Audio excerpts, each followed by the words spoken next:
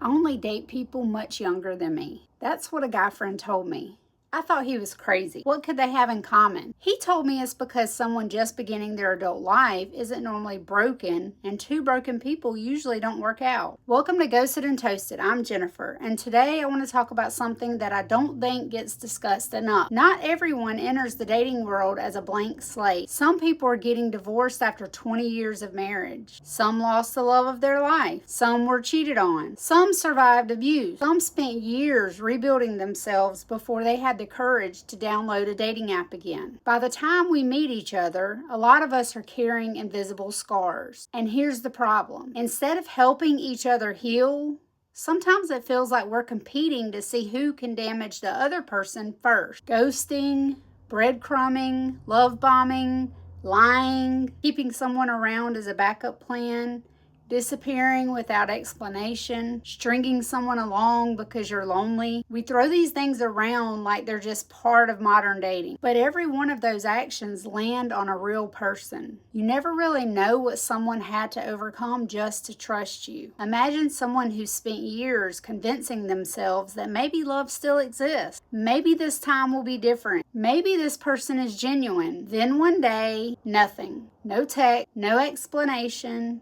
no closure. You didn't just end a conversation. You may have confirmed every fear they already had. Now, before anyone says it, yes, nobody owes anyone a relationship. Nobody owes attraction. Nobody owes marriage. But I do think we owe each other basic kindness. Being honest isn't always easy. Neither is having uncomfortable conversations. But treating people like they're disposable shouldn't become normal. I've noticed something interesting. Many adults aren't afraid of commitment. They're afraid of disappointment. They're afraid of investing emotionally only to watch someone disappear. They're afraid of believing someone's words because they've learned actions don't always match them. And after enough disappointment, people build walls. Those walls aren't because they're cold. They're protective. Sometimes we meet someone who seems distant, who struggles to trust, who overthinks everything. Instead of asking what's wrong with them, maybe we should ask what happened to them. That doesn't excuse unhealthy behavior. We're all responsible for how we treat others. But compassion changes the conversation. If someone tells you they've been hurt before, don't see it as baggage. See it as proof they survived something difficult. The goal shouldn't be to find someone who's never been broken. The goal should be finding someone that's still willing to love despite being broken.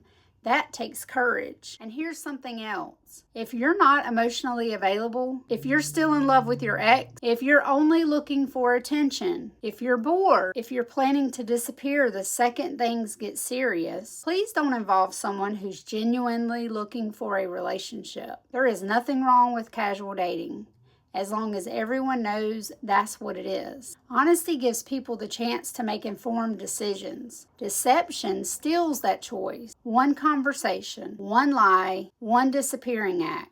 You may forget about it next week. The other person might carry it for years. So here's my challenge. Leave people better than you found them. Even if the relationship doesn't work, be respectful, be honest, communicate, wish them well. Don't make someone pay for wounds that somebody else gave you. And don't become the reason someone stops believing good people exist. Dating is already hard enough. We don't need to make it cruel. Thank you for listening to another episode of Ghosted and Toasted. If today's episode meant something to you, share it with someone who's navigating the dating world or trying to heal from it. Until next time, don't ignore the red flags. Take care of your own heart, and please be careful with someone else's.